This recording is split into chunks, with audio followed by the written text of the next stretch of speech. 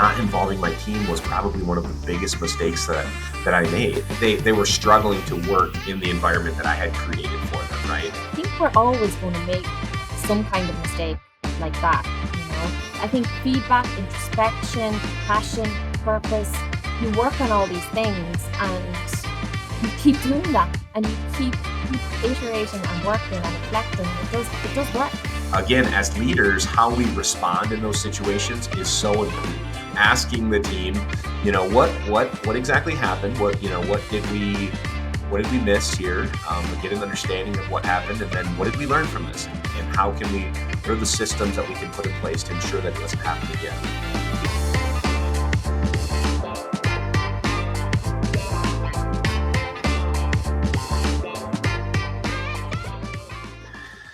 Hello and welcome to this episode of the Lean Solutions Podcast. We are in season 4 and we are kicking off this year in style.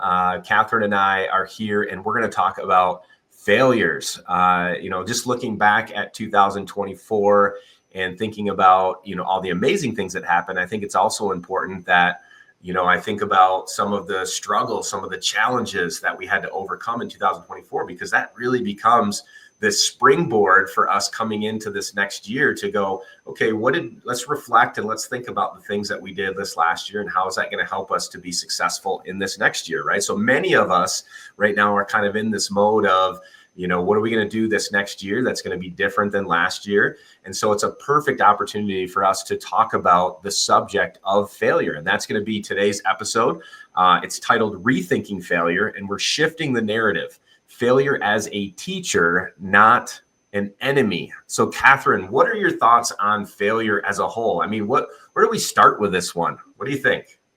Hi, Patrick. I think we start with the title, actually, because I think it's a really good way to look at failure and help us understand how we think about failure, because how we manage failure is largely, I suppose, related to how we think about it. So if we think about failure as something negative, well, then we're obviously going to get caught up in negative emotion. Whereas as if we see and think of failure as the learning and we reframe it as you said earlier, just a challenge, a hurdle to get over, that'll make us stronger. Well, then we won't obviously feel the same sort of negative emotion around it and we'll be more resilient. So I think we start with that.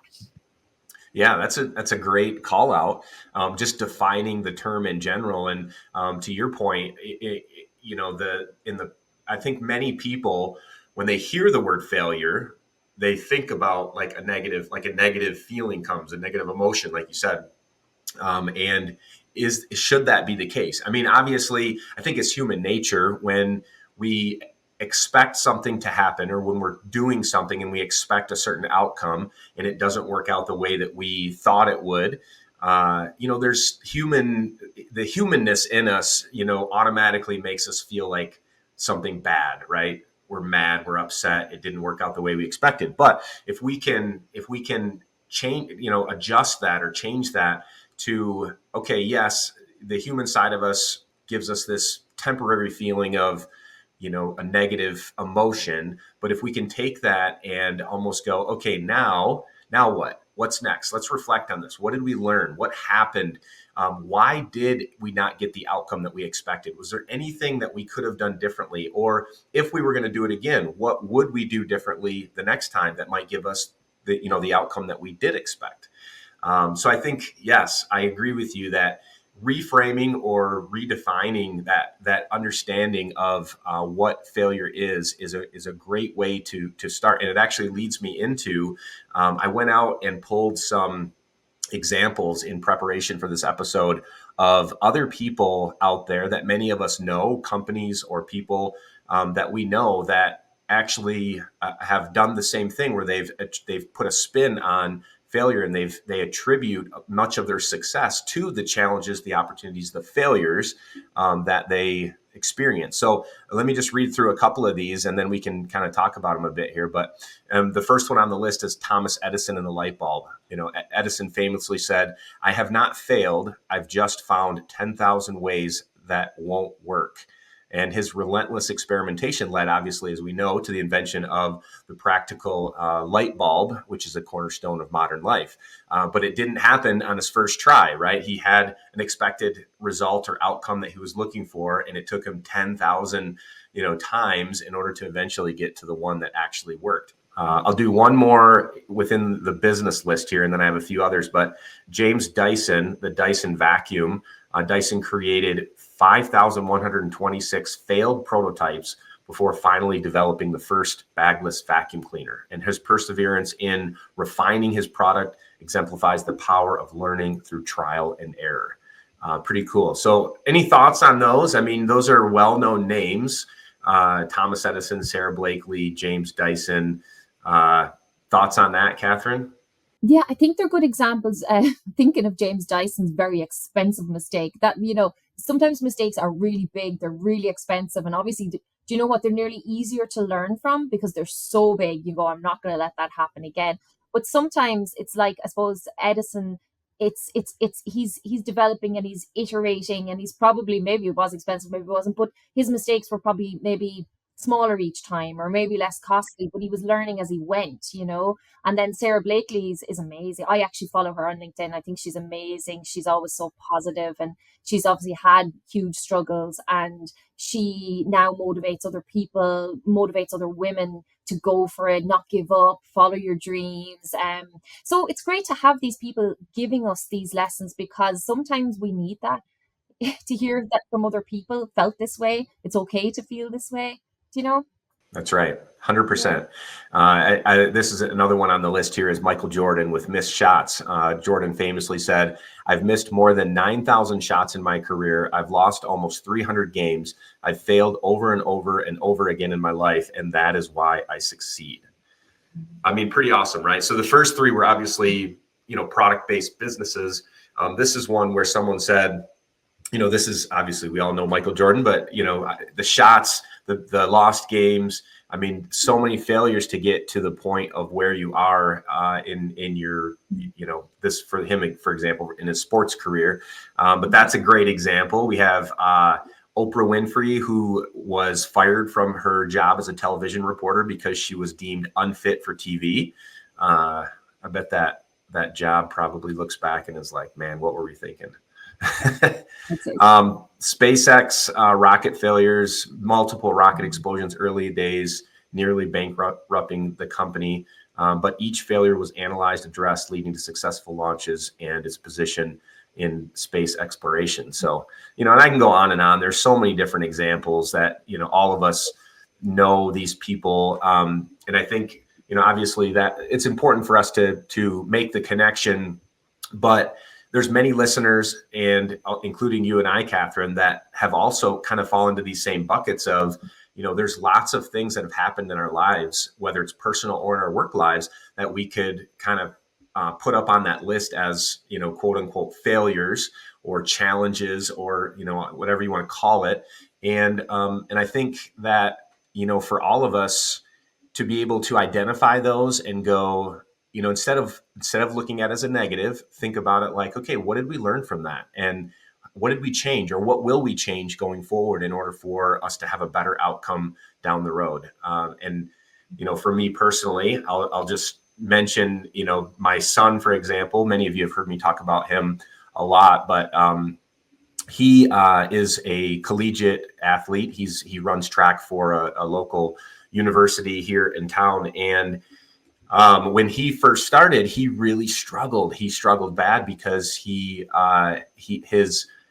height, he's not as tall as most of the other hurdlers, and he's a hurdler on the track team.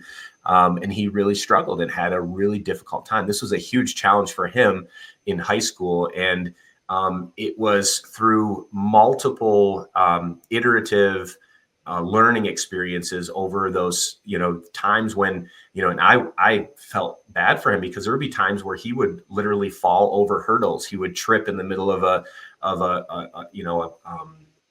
a race, and he just struggled so bad, but he kept at it. And every race he would come back and ask himself, and he would watch the video, and what did I do wrong, and where should my feet have been, and and then he would make changes and adjustments as he went. Even this year, he told me that he was making an adjustment to, and he's a senior. He just qualified for nationals this year.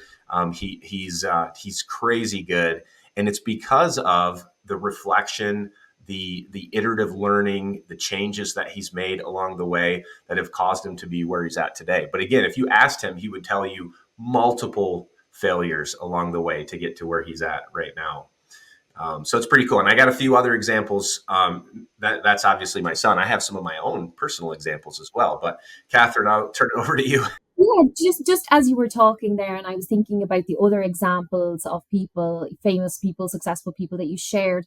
And I think we have to kind of just mention the passion and the purpose, I suppose, and the passion that people have, that drives them. That I do think that, I guess it's really important to feel that sense of purpose and passion for something, and to have that kind of clear goal in your mind of what you want to achieve, or at least have some sort of vision. And that seems to drive people and increase people's ability to get over whatever setbacks or failures. Because the fact that your son there, he did the right things, his behaviors were right, in terms of iteration and reflection and all of that, but that was driven by a passion for the sport, and feeling a bit of purpose behind it, the fact that he wanted to do it and succeed in it, and that he could do it. So I do think that that's important.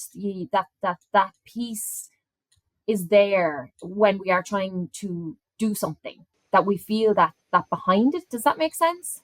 It does, definitely. I mean, anything that we do, we should be setting. We should learn good practices in goal setting, right? And part of that is being able to envision or set the result that you're looking for. What is it that I want to get out of this? I don't just start something. Like Thomas Edison didn't just start messing around with stuff hoping that there was going to be some positive result, right? He had a very specific outcome that he was hoping for, and that gave him direction, right? You think about true north from a lean perspective.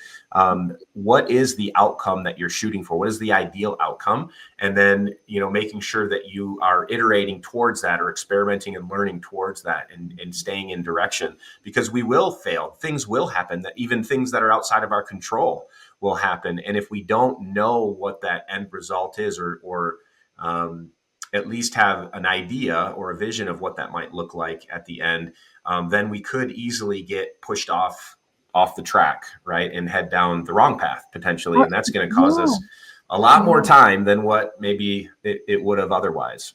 Yeah, or just our efforts just won't pay off. Like my example I was going to share was on public speaking. So for years and years and years, I struggled with public speaking. I as a team leader, obviously I had to lead meetings, I had to have one-to-ones, and then I had to go beyond that when I worked in policy and advocacy, and I had to do a little bit of screen work, and I had to stand up in front of boards, and I hated it. Like I couldn't seem to get better no matter what.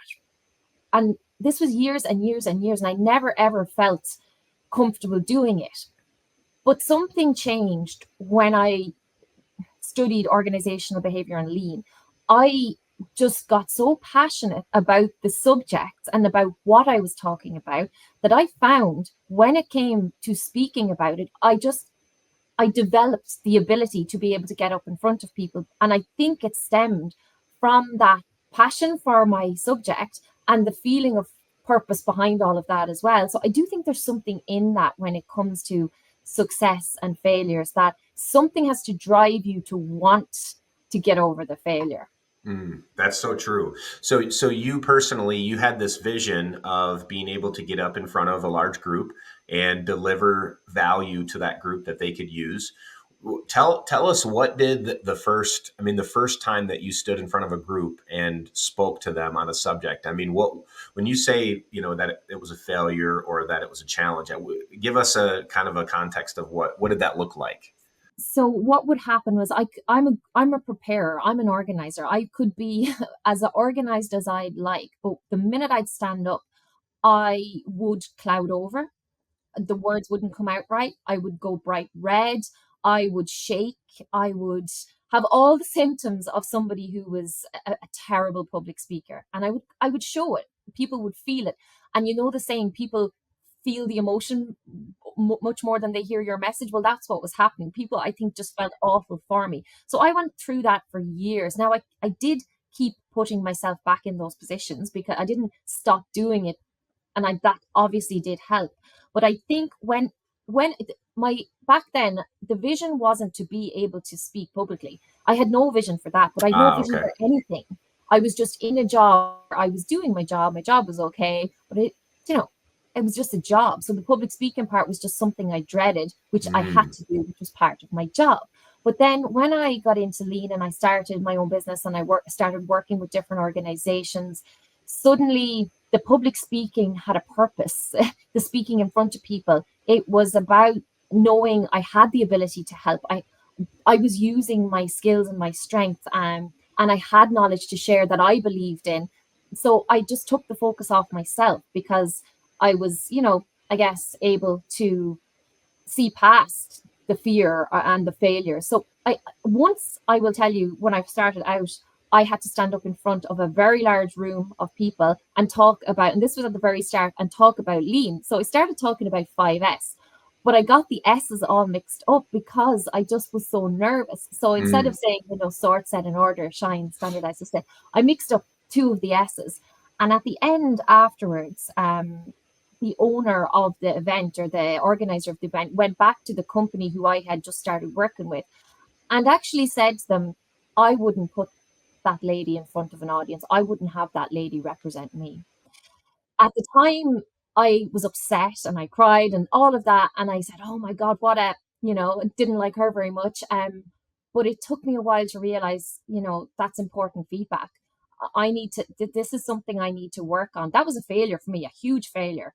But I learned that this is a skill that I need to get better at. I need to keep putting myself in those positions. And also, I wasn't afraid to now because I had a real reason for wanting to develop it. So I think that's it. I think feedback, introspection, passion, purpose, you work on all these things and you keep doing that and you keep iterating and working and reflecting, and it does work.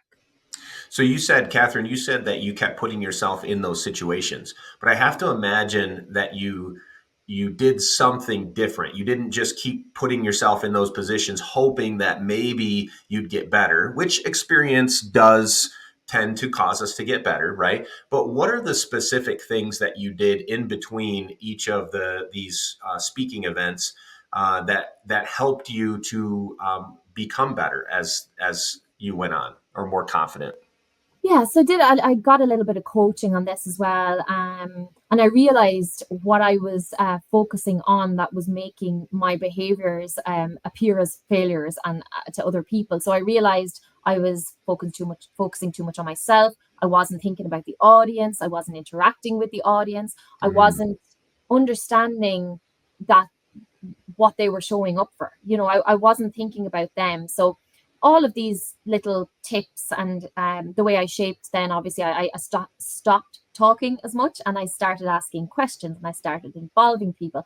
And I turned public speaking into a little bit, I suppose, of an interaction, which really helped because it allowed me to just step back for a moment and just manage myself, my emotions, which is what I needed to do. So I'm still not perfect, far from perfect, but I don't dread it like I used to. But those failures, and particularly that one I mentioned, drove me to go, I'm not going to let that happen to me. I can accept that and I can be that, but I don't want to be. I want to be something different. I want to stand up there and have someone say something different about me and actually have an impact on those people beyond my emotion. So it helps. It helped for sure. But what about you? You mentioned, did you have kind of I can't imagine you, Patrick, ever going through failures, but did you have anything that helped sort of reshape the way you did things? So many failures, Catherine. So many failures, both in my personal life and in my professional, my work life. I mean, we we would need more than 40 minutes if we were gonna go through all those. But while you were talking, it actually made me think about a failure that I actually talk about in my book, which, again, similar to you, like I was in a position as a production supervisor, and I was thinking about myself at the time. And I admit this. This was, I was very young, very immature. This was very early in my corporate career, but I was thinking about myself and about, what I needed to do to get promoted, and, what were the higher executives looking for, and never did I involve my team in the decision making in those beginning days. I was like, I felt like I knew the answers, and I went out and just made the changes that I felt I needed to make. And normally when I did that, it was on a weekend or after everybody went home. So they would come in and everything would be changed, and they'd be like, what's going on? And obviously you can imagine that caused significant failure for the team, because the team got upset, they got frustrated, they knew that I was kind of in it for myself. And it's even hard for me to talk about this story today, because I feel so terrible about being in that leadership position, overseeing that team and that process. And some of the decisions that I made, I wish I could go back and do it differently. But going forward, thinking through that, similar to you, not involving my team was probably one of the biggest mistakes that I made. We missed so many deliveries after that, and it wasn't that the team was intentionally doing it, but they were intentionally not giving 100%, because they knew that they were struggling to work in the environment that I had created for them, right? And they were looking to get out of there. So looking back, I mean, number one, engaging the team from the beginning, just like you're engaging the audience and in your speaking, engaging the team and getting them, helping to figure out where are gaps, and equipping them and empowering them to make decisions and be problem solvers. That was something that I didn't do there in the beginning. The other thing was, again, thinking about myself. I mean, that's a huge miss. When you're a leader of a team, you have to have, empathy and understand your people. And I learned a lot of this in the Marine Corps as a leader of Marines. But for some reason, that first job as a production supervisor, I didn't make the connection at that point. But it was very quickly after that I started to make those connections, and start understanding that I need to involve the team, that I needed to understand all of their needs, and have empathy and put myself in their shoes, and start making decisions a little bit differently. So that was probably one of the larger mistakes in my work career, or failures that I would say. But I have a few more. Go It's ahead. probably a very common one, I would say, with young managers. I know I would have been similar as well. I don't know if there's any yet. I always talk about training people in leadership skills earlier, giving everybody leadership skills and understanding what it means to lead. Now, I don't see organizations, or enough organizations, doing that, but I still wonder, even if you gave people this information, is it human nature to do what you just said, and just kind of make those mistakes at the start? And do we have to make those mistakes sometimes to learn from? I don't think everybody makes them, but it is quite common to kind of have to make those kinds of mistakes. And I think the thing is to learn quickly from them. Because if we learn quickly, we obviously harm less people, and it's easier on ourselves. But I think we're always going to make some kind of mistake like that. And my one, again, from being a team leader. So I was 22, 23 when I first became a manager, and I had only been, let's say, working in the organization full time for a year, and then I became a manager. And I remember they used to give managers a day a week, and sometimes 2 days a week, to do office work. So this was, I thought this was great. You got to step back, and this was in a care organization where it was very busy, very physical, very hands on. But as the leader, you got to step back and take your office days. But what I only realized years later was they were the perfect opportunities to be there with people, observing what was happening, not just stuck in your own work, and working with patients, but actually observing what was happening in the organization, taking into account the processes, checking in with the staff team. But I didn't do that as a young leader. I went and sat in an office and did office work. And looking back, I do wish I'd done it differently, but I honestly don't know. I wish I'd caught it quicker, maybe. I think I learned from doing it, but I wish I'd caught it quicker. Yeah. Yeah, I Mm. think there's something that we haven't mentioned that I think could have helped you and I in both of those, and it's having a good coach. Yeah. So, you talked about, um, leaders that are new to a leadership role, and probably everyone makes those mistakes. I would agree with that. And honestly, in many of the companies that I've worked with and continue to work with, many times people get promoted into leadership positions because they're really good at running a machine, or they're really good at administrative work in the job that they're currently in, whatever it might be. They're really good at that, to do that job that they're doing, and so they get promoted into a leadership position, but they have none of the soft skills or no experience in leading other people. And when you're dealing with other people, things change considerably. You might have been really good at running a piece of equipment, but that doesn't mean you're going to be really good at leading people. And this is where I think, again, if organizations had intentionality around getting a coach with a new leader who's moving into a role, and needs to know like those things, or be told, or and then be able to experience and do some practical application with what they're being coached on, then come back to the coach and have some conversations, reflect, learn, adjust. I think that could make some significant impacts in a positive way if organizations could do that. Yeah, oh, I agree. I totally agree. I know we spoke lately about a coaching approach, and I've always been a fan of, and I've always been a fan of managers taking that approach with people. And I know there's other approaches you need to take, but I just think the coaching part, it's not optional in leadership. It's a huge part of how you develop people, and that's a massive part of a leader's job, is developing people. And I don't feel we're at the point where organizations are, and mid-level managers almost have the coaching skills to do that. And it's, let's say, no one's fault. It's just, I think there isn't clarity on responsibilities around that. So managers themselves can't be responsible for something if they don't understand they need these skills. So how can you develop something you don't know you need? And then the organization obviously needs to set up, as you said, the systems and the culture and the supports to train mid-level managers to have the coaching skills to be able to coach their teams. I just think I feels like we're a bit away from that. Do you think? Mm.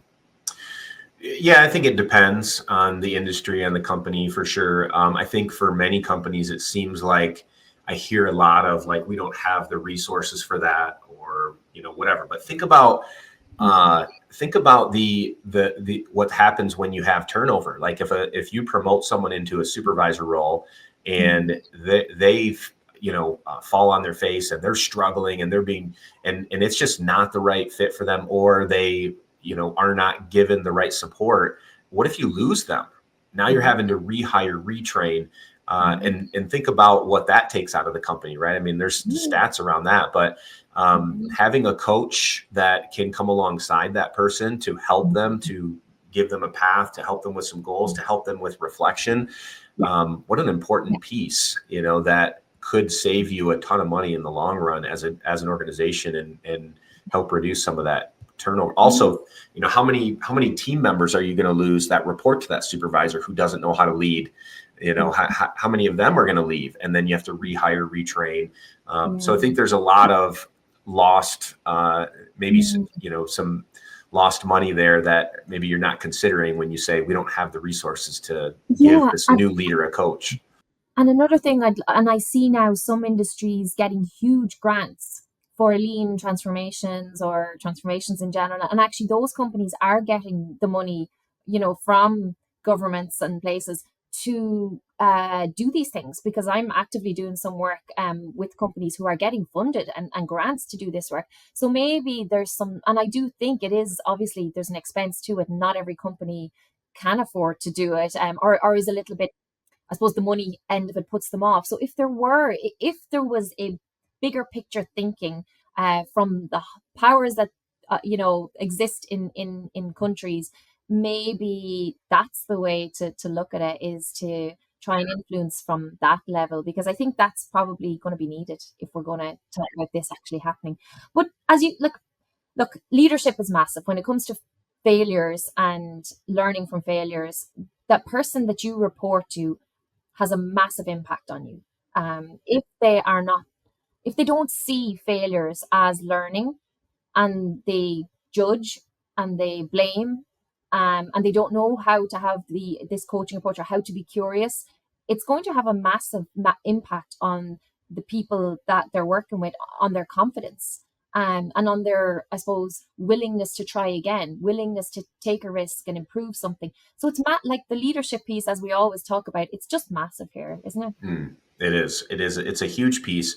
And I think that for those that are listening in that either work for an organization that, where they're working for a leader like that, or they might be having some of those same, and I'll say, even for myself and my team, I've caught myself a few times where, I get frustrated because maybe the same mistake happens twice or three times, and I get frustrated, and I'm like, how are we not catching this? Why are we continuing to have the same thing happen over and over again? You have to be careful as a leader in how you respond in those situations. You have to be able to control your emotions, and yeah, of course you're frustrated, of course you're upset, but to allow those emotions to come out in how you respond in that situation, that's super important. If you're trying to develop a culture where people are free to experiment and free to try things, you're going to have failures. You're going to have mistakes happening constantly. Obviously, we want to try to minimize those, and there's different ways that we can do that through, some, maybe some more structured experimentation or things like that. But again, as leaders, how we respond in those situations is so important. Again, rather than getting frustrated and coming off with like, how can we make that mistake again? What's wrong with you guys, right? Instead of doing that, taking a step back, allowing myself to relax, and coming back to the situation maybe at a later point when my emotions aren't as high, and then asking the team, what exactly happened, what did we miss here, like get an understanding of what happened, and then what did we learn from this, and what are the systems that we can put in place to ensure that it doesn't happen again.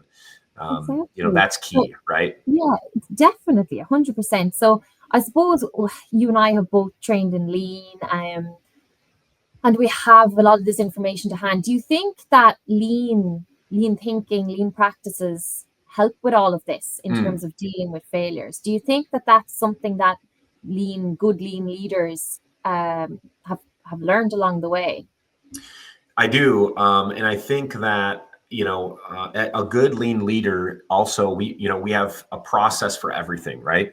So what's our process for dealing with, or not just dealing with failures, but first of all, the first piece of this is to encourage experimentation, right? Which is going to increase, if you want to call it quote unquote failures. But if you have experimentation happening in your organization, you've created a learning culture, then your number of failures are going to increase, right? You're encouraging people to try new things, which are not always going to result in a positive end, result. So you have to know that first and foremost, and then like I said earlier, have a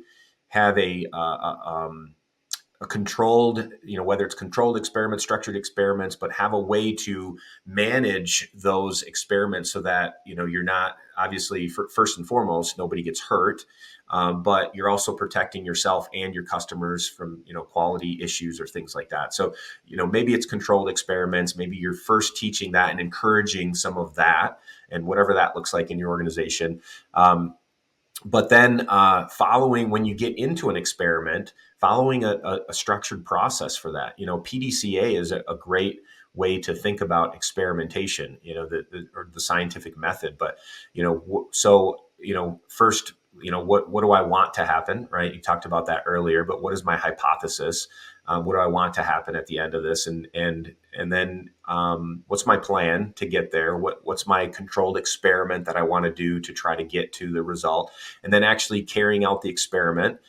Afterwards, taking the time to reflect, to think about, to check yourself to see what actually happened. Was I able to reduce or eliminate this problem or this issue or whatever it is that I'm trying to do? And then taking some sort of action, whether you're updating standard work, retraining the team on the new way of doing things, Or you're going, okay, this didn't work out. It's considered a failure. So what are we learning from this? Our action is to actually go back and try something different based on the learnings that we had. So this is a way that we would take a very simple lean concept and apply it to how we experiment and promote, failures, Yeah, basically. definitely. I fully agree. I think a bit of structure to it, even at the start in the planning piece, which is a big part of lean, is not to get bogged down in the planning piece, but to have that plan, to actually understand your problem, define the problem and have a plan. But even that piece, at that point, you can set the expectation. You can say the words, I expect that this won't go perfectly. And I think when you don't work to a structure where you have that kind of start and you have iterations and you're coming back to revisit things, if you don't have that, it can all just get very much up in the air. People can start blaming, or there's nowhere platforms to come back to reflect, and lean gives us those in a big way, which I think is one of the huge benefits. Is it gives you those spaces to listen to each other and to say these things like, it's okay, let's work it out, whatever, but I think that just doesn't happen without structure. The other thing I think which really helps in my work, so I obviously do a lot of lean work, but I usually blend coaching with lean. So if, and see what you think of this, so the if we come and get up against let's say a problem, or we have a plan and it's not going well, we will follow PDCA, plan, do, check, act, until the process or whatever we're trying to do improves. If a person is emotionally feeling stress or frustration or whatever it is around something that's not going right, around a failure, I teach them a framework, FTLA. Can you guess what that stands for?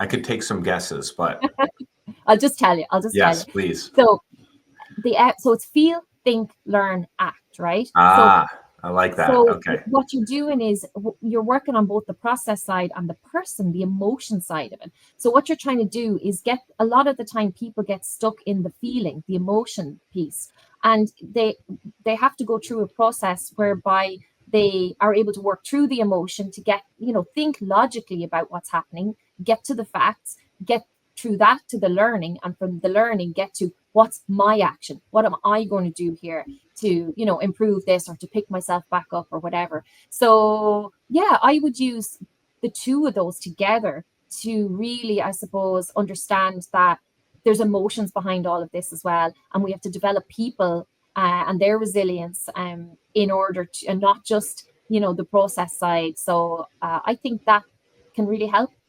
Yeah, absolutely. I think that's great. And it's good to take, again, like, I mentioned this earlier, but the not reacting to emotions, your framework kind of helps you work through that a little bit so that you're not being too reactive on with the wrong emotions, but really taking the time to think through, to understand, what reaction is appropriate and things like that. So I think that's really good. I also like that there's a framework. That it's structured.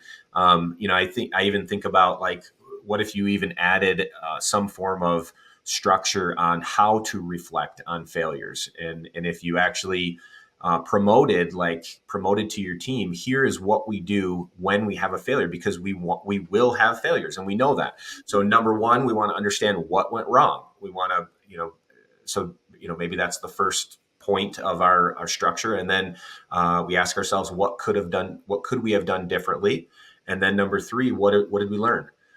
So I mean, those three questions right there can help you to kind of work through that and move towards whatever your next step might be in that. Yeah, imagine, Patrick, if every organization was doing that at the end of a week or at the end of a job or whatever where you work. Imagine they were just expecting people to come with their challenges or failures. And like, imagine we had these discussions every week or every month on this, and people shared them and learned from each other. This is not complicated. It's not complex.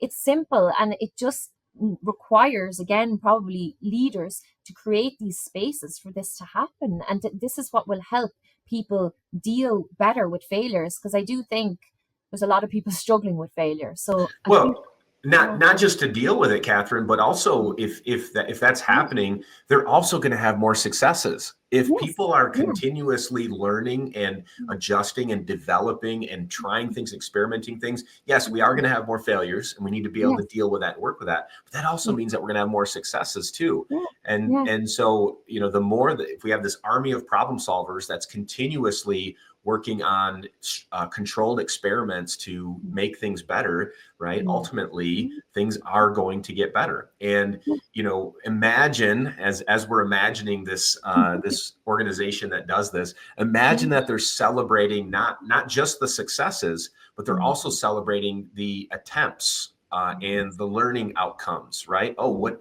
you learned that many things this week. Let's celebrate that. You Yeah. attempted this many experiments this week. Let's celebrate that, right? And then to your point, giving them a platform or a way to share those lessons across the teams. I know Paul Akers, for his company, he uses WhatsApp, and everyone in his company is on WhatsApp, and they're constantly sharing pictures and videos with each other about things they're experimenting with, 2-second improvements that they're finding success in. And he's on there along with his leadership team, celebrating that with them, whether it's a quote unquote failure or a success. They're celebrating the learnings, and they're celebrating the attempts. They're celebrating all of that, and it's pretty amazing. It is. Yeah. Again, back to kind of reframing this whole idea of, failure. Wow. Let's talk about failures. Yay. Let's make it a positive experience, not a, getting stuck in the, emotion and blame it, but let's go, wow, okay, that was some failure. What did you learn from that? You must have learned so much from that. But to be able to change it, not that we're encouraging people to do things wrong, but if it happens, we need to take that approach for it to get out there and for people to learn from it, so it's trying to get the right balance, isn't it? It's trying to obviously set ourselves up in organizations to do things right first time where possible, but accepting that that's not going to happen. So the 10% or the 5% of the time it doesn't, let's take it, let's learn from it, let's look for it. So this is a different approach, I think. Yeah, I agree completely. And I think, again, as I said earlier, we could probably continue on and on with multiple examples. I actually had a few more that I took notes on that we didn't get to talk about. But as I think through that a little bit too, I think about all of the listeners that are out there, and, just, I guess, reiterating the fact that, failure is a necessary step on the path to success. And I would encourage everyone that's listening in to think about your own favorite failures, reflect on those, take time to sit back and think about 2024. Don't just think about all the great things that you did, but think about the areas that were challenging to you, the places that you would say, maybe you failed in that particular whatever project or whatever it might be. And then, I would even say, if you're watching this episode on social media, maybe you're watching it on LinkedIn or on YouTube or wherever it might be, drop a comment below with one of your favorite failures and what you learned from it. We'd love to interact with you and discuss, just those learnings. And I'm sure other people would love to hear that as well. I think that could be a great way for us in our kind of Lean Solutions community to share and learn from each other as well. Catherine, any closing remarks on this topic of rethinking failure and really thinking about failure more as a teacher and not the enemy? I was kind of laughing to myself going, I need to make much bigger failures, to get to the level of success that Sarah Blakely and James Dyson. I obviously am not making enough failures. So I need to go out and have more failures in order to get to the level that they've got to. I guess that is the truth. You have to take risks in order to get to where those people have gotten to. And sometimes we're just not making enough efforts because we're too afraid to fail. So the lesson for me is more failures. I love it. I love it. Let's do it. Well, maybe we can chat about this one too in upcoming episodes. This year in 2025, we're also reframing how we deliver our episodes, and part of that is going to be series where we'll actually be talking about some of these topics over various episodes in different with different context or guests or things like that. So I'm sure that we'll have some further discussion on this one. Like I said, I have a couple more notes that I took down on, other failures that I'd love to talk about. So maybe we'll circle back to these at another episode. Catherine, it's been great to see you and have this conversation. Again, I think we're just scratching the surface here, but hopefully this sparks a little bit of thought with our listeners around, just kind of, again, rethinking, how we address failure, and not just for us personally, but for our teams. For those of you that are leading teams, are you encouraging your team to experiment? Do you have a structured approach to reflection? And do you have questions that you ask? Are you, and also taking, self inventory of how do you react when there is a failure? Are you quick to get upset and frustrated? Maybe you have to, put together a different process for that. And maybe it's a 10-second break, and then you have 3 questions that you ask anytime there's a failure.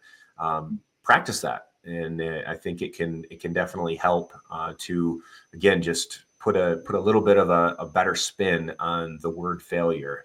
And the results of that will be more success in your organization. So, Catherine, again, thanks for being on with me today, and I will see you in the next episode. Yes, great to see you, Patrick. Thanks. Bye.